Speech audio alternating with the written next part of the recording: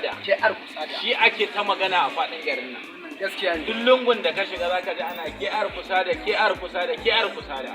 Ai sabida shi yake kawo ingantattun kayan electronics. Kwarai da gaske. Kuma ga sauki ga rahusa. Na'am.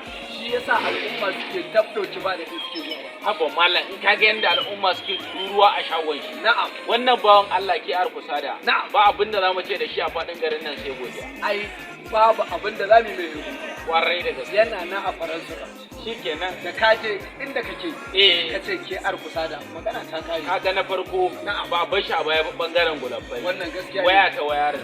Kai har transformer an kaje. A irin fannin masu designer. Kwarai da gaske. Ai mutuna kirki. KR kusada alheri. Da alheri kyauta. Yanzu zan garzaya wajen shi. Ga kyauta. Da uban da ma na zo ba na a gariya, na yi muku lale, ina maraba, na yi muku lale, ina